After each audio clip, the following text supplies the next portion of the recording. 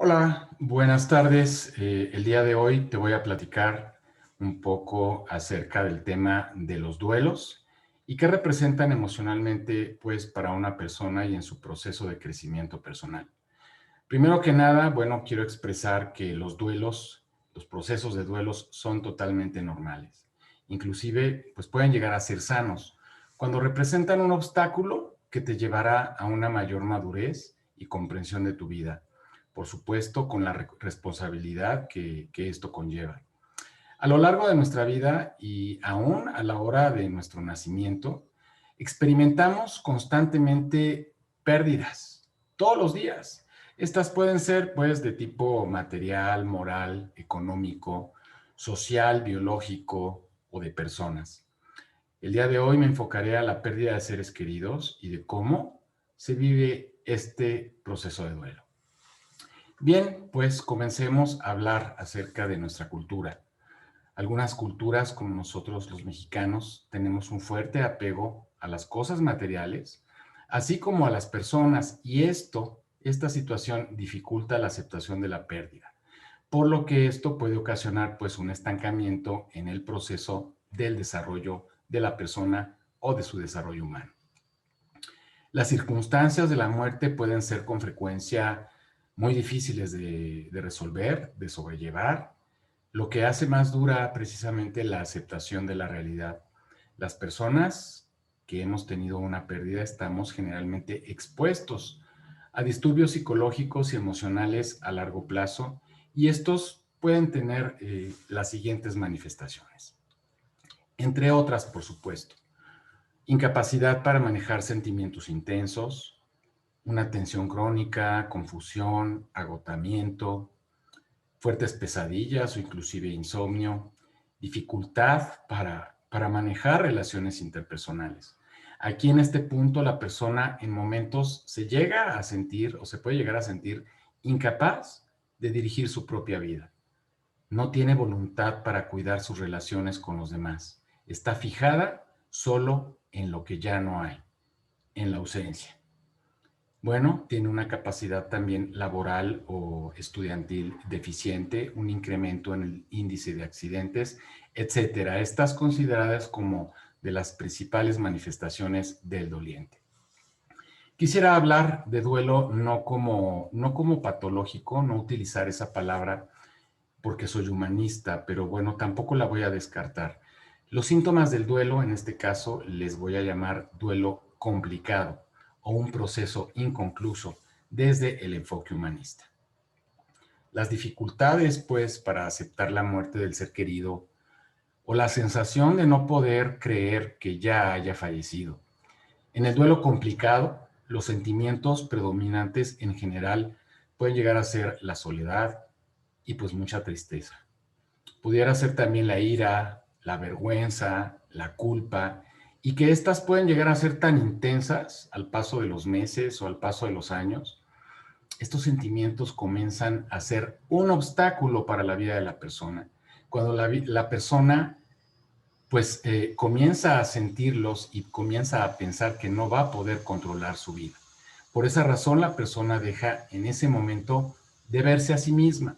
Comienza, por ejemplo, a evitar pues todo aquello que le recuerde a la persona perdida, como por ejemplo evita acomodar la ropa, ver fotografías o incluso y evita también hablar del acontecimiento o hablar de la persona.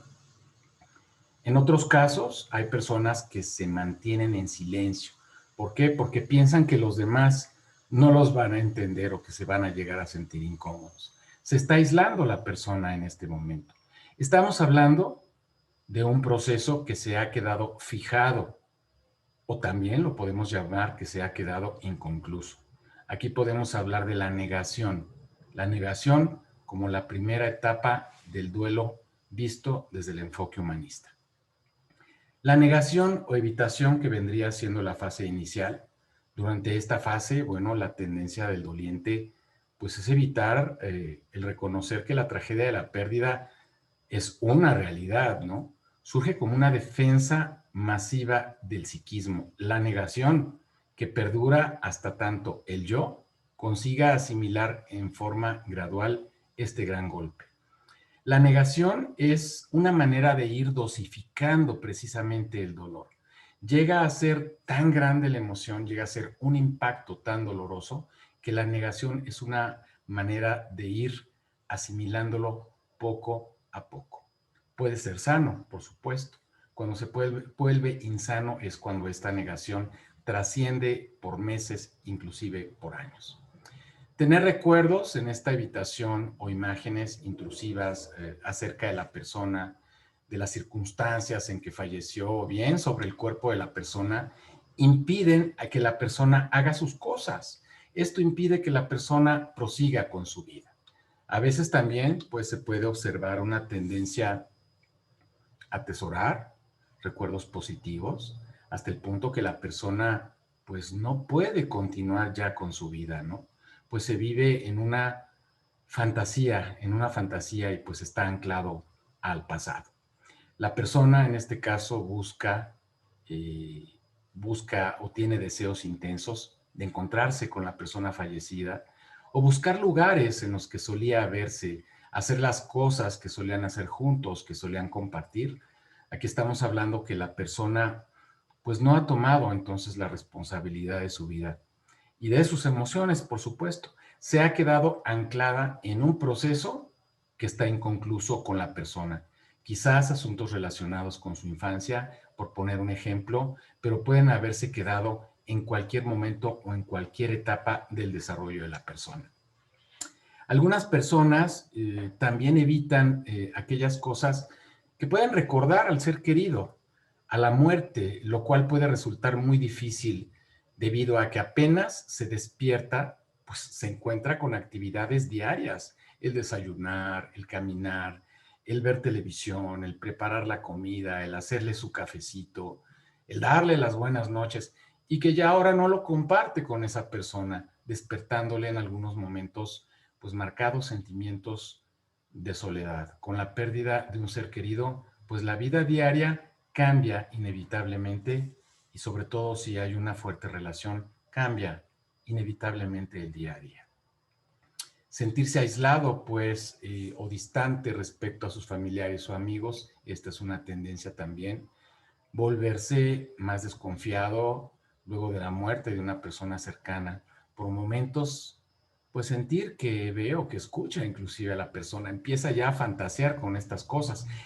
Recordemos, es una manera de ir dosificando el dolor, pero cuando esto se repite y al contrario se retroalimenta, es ahí donde encontramos, bueno, pues un duelo complicado o, por qué no, un duelo patológico. La persona está ciclada sobre lo mismo y no tiene en ese momento herramientas suficientes para trascender eso. Culparse, por ejemplo, por no haber hecho lo suficiente para impedir la muerte o no haber ayudado o acompañado lo suficiente. Las personas en un estado de duelo, bueno, pueden tener algunas creencias que contribuyan precisamente al mantenimiento de las reacciones de este duelo complicado o patológico. Estas creencias, pues, se encuentran en la culpa, por ejemplo, por estar vivos, por disfrutar de las cosas que tenemos cuando la persona muy cercana ya ha fallecido. Para otras personas, por ejemplo, mantener sentimientos de tristeza significa poder estar más cerca de la persona fallecida y el dejar de hacerlo podría resultar en una pérdida definitiva del vínculo. Démonos cuenta, muchas veces la tristeza o la depresión para muchas personas es mejor que la ausencia y pueden en algún momento lidiar más con sus pocas herramientas que la ausencia.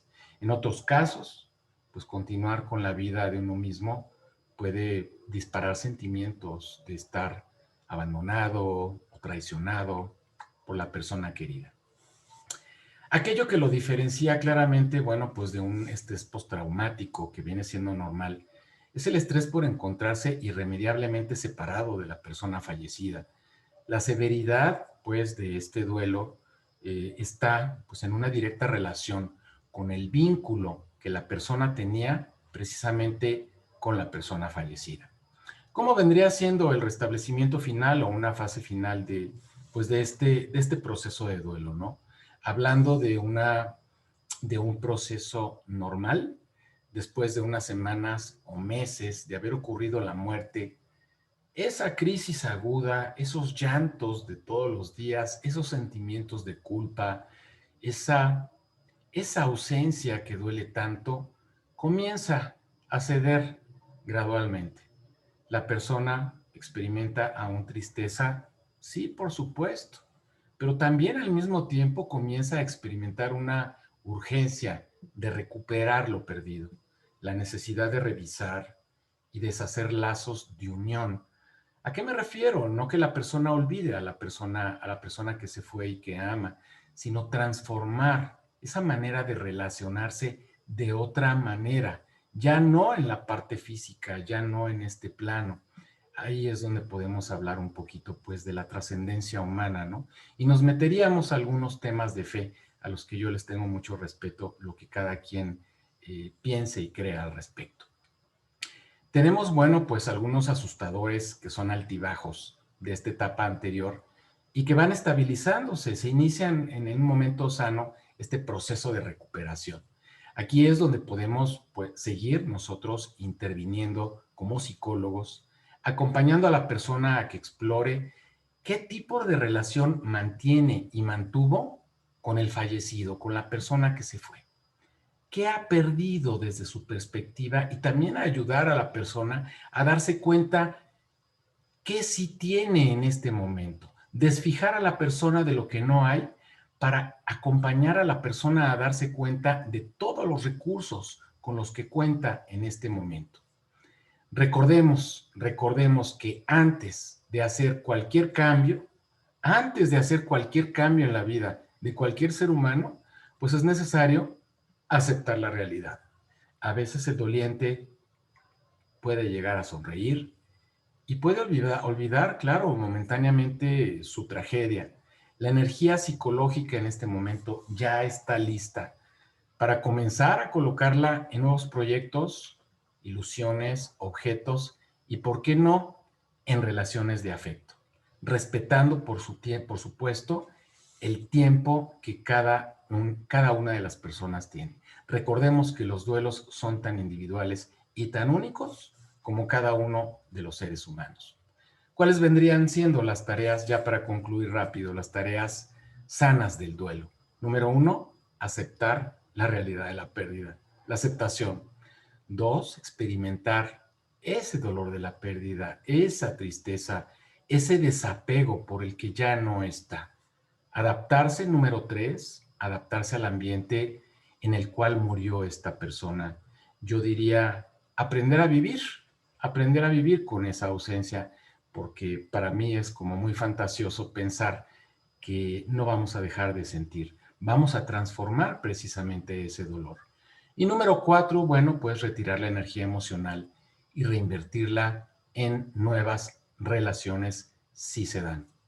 Puede darse el caso, por ejemplo, de una incompleta resolución de duelo, cuando la persona no se permite, por ejemplo, volver a amar, y en este sentido su vida afectiva se detiene en el momento en el que murió su ser querido. Aquí ya podemos nuevamente verlo como una característica de un duelo complicado o patológico. El duelo, pues, es un proceso transicional. Durante su elaboración, el doliente se adapta al cambio que le plantea, pues, esta pérdida de su ser querido y comprende y acepta el significado total de la pérdida, lo que significa, lo que aprendió, lo que le dejó, qué herramientas obtiene para continuar con su vida, revalorizar su vida, fijar nuevos objetivos, priorizar situaciones, personas, actividades, etcétera. Quisiera citar, ya para terminar esta cita, de una autora que a mí me encanta y que habla mucho acerca de la muerte y de los moribundos. Precisamente su libro que se llama Sobre la muerte y los moribundos, de la autora Elizabeth Kubler-Ross, que a la letra dice: el hombre posee una identidad simbólica que lo peculiariza respecto a los demás seres vivos. Tiene nombre, tiene historia, puede teorizar, inclusive puede crear obras artísticas. Sin embargo, el ser humano no puede vencer la muerte a la que le teme con un final inevitable. Muchas gracias. Les deseo buenas tardes y bueno, esta solo es una grabación de prueba. Que tengas un lindo día. Bye.